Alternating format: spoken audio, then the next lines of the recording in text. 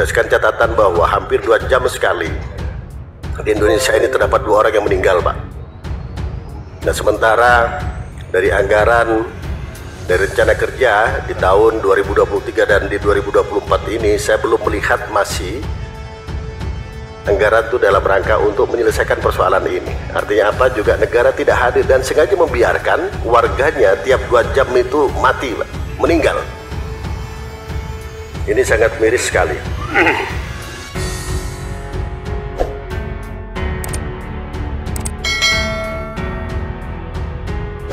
Tentu rapat ini sangat penting dan tadi beberapa sudah disampaikan secara terbuka oleh kawan-kawan. Apa poinnya? Poin pentingnya adalah bagaimana kita meningkatkan koordinasi saja, Pak.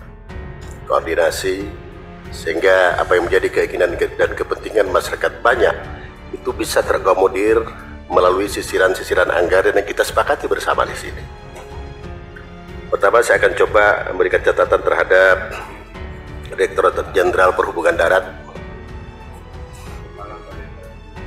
Beberapa kali dan kesempatan memang kita bisa berkoordinasi dengan baik kaitannya dengan titik-titik rawan dalam penyeberangan yang ada di Jawa Timur, Pak. Terima kasih. Tempoh hari dengan Direktur T SDP dan hari-hari terakhir ini Ketapang Gilimanuk gelombangnya karena cuaca yang ekstrim, gelombangnya sangat tinggi sehingga mobil-mobil yang mau menyeberang ke sana sampai kira-kira 10 km di bagian sisi utara dan selatan. Tentu ini karena menjadi kewenangan dari Direktorat Jenderal Darat, perlu ditingkatkan lagi koordinasi dengan ASDP dan instansi terkait, utamanya dari pihak Kakor Lantas, sehingga orang-orang yang mau beraktivitas keluar masuk Banyuwangi, Jember yang tidak mau menyeberang kembali tidak terganggu. Nah, dengan tersendatnya dan terganggunya penyeberangan ke Bali akibat cuaca ekstrim, tentu ini juga mengganggu perekonomian, Pak. Kemarin pada saat rapat dengan Kementerian PUPR, saya usulkan sudah saatnya jembatan penyeberangan Jawa dan Bali ini segera dilakukan dengan koordinasi dengan para saudara-saudara kita pemangku adat yang ada di sana, tanpa meninggalkan atau tanpa mengurangi rasa hormat terhadap apa yang menjadi keyakinan dan budaya masyarakat setempat yang ada di Bali. Itu yang pertama. Yang kedua, Pak Dirjen, berdasarkan catatan bahwa hampir 2 jam sekali di Indonesia ini terdapat 2 orang yang meninggal, Pak. Nah, sementara dari anggaran dari rencana kerja di tahun 2023 dan di 2024 ini saya belum melihat masih anggaran itu dalam rangka untuk menyelesaikan persoalan ini. Artinya apa? Juga negara tidak hadir dan sengaja membiarkan warganya tiap 2 jam itu mati, Pak, meninggal. Ini sangat miris sekali. Dan ketiga, Pak Kabalai, Pak Dirjen, saya mohon dijelaskan nanti kaitannya dengan sistem pelayanan transportasi yang ada di IKN yang kurang lebih nilainya 86 miliar ini. Seperti apa gambarannya? Karena kita ingin tidak lagi melihat kerumitan-kerumitan ataupun transportasi, karena di sana sistemnya modern yang saya dengar tentu juga harus berbeda dari tempat-tempat lain yang ada di Indonesia. Yang keempat, saya mendengar di NTT, Pak, ada 2 terminal. Jadi terminal Ndagung sama Batualo itu dananya ada tapi operasionalnya tidak berjalan seperti itu. Dan terminalnya tidak difungsikan. Jangan sampai anggaran yang kita sudah letakkan replacement di sana itu menjadi mubazir karena kurangnya perhatian dari kementerian atau direktorat terkait katanya dengan Direktorat Jenderal Perhubungan, Direktorat Jenderal Darat ini.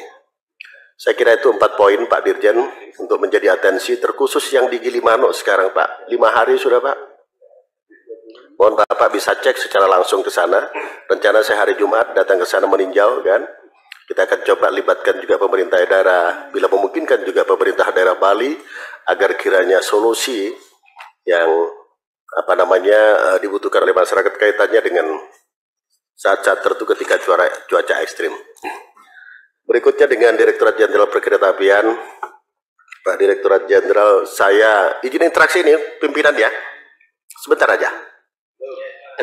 Kaitannya dengan update kereta api cepat, Pak, Jakarta Bandung. Saya ingin mendengar, Pak, silakan dulu, Pak.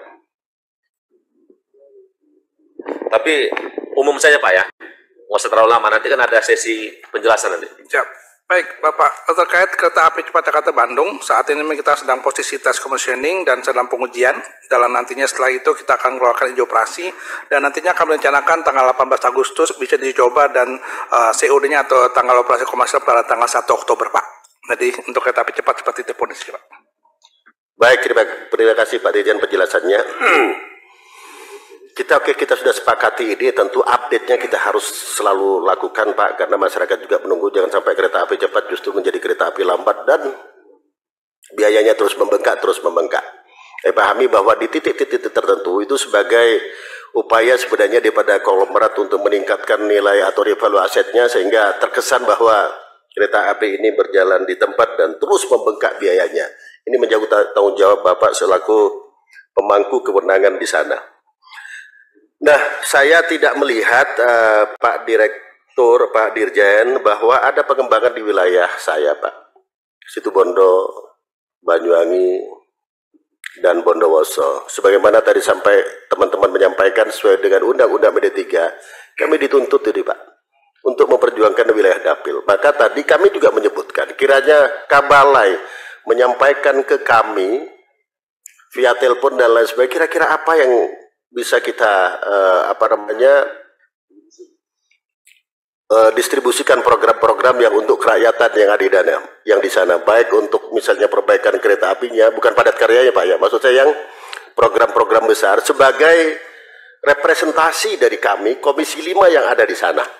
Seperti itu. Jangan kemudian tidak ada bedanya Pak, bahkan justru yang tidak ada Komisi 5-nya Jember, terus kemudian Lumajang, kereta apinya perbaikannya begitu besar, sementara di dapil saya ini justru kurang baik bagi kami yang ada di dapil. Tentunya juga fraksi menempatkan saya di Komisi 5 punya keinginan-keinginan dan memandang bahwa di daerah sana fasilitas perkereta apian juga kurang baik atau perlu ditingkatkan kembali. Yang kedua katanya dengan PNBP Pak Dirjen, realisasinya hingga bulan ini masih 30%, artinya hal yang rendah, sementara penerimaan negara bukan pajak ini apabila dioptimalkan merupakan sumbangsih besar juga bagi APBN dalam rangka untuk menyelesaikan persoalan-persoalan pembangunan di wilayah-wilayah seluruh Indonesia. Saya kira itu catatan penting saya. Terima kasih Pak Dirjen Perhubungan Darat. Bila memungkinkan hari Jumat ada di sana Pak. Jadi secara lisan kami mengundang juga mungkin dari kereta api ya, karena melihat persoalan yang ada di Ketapang Gilimanuk saat ini. Demikian, terima kasih. Assalamualaikum warahmatullahi wabarakatuh.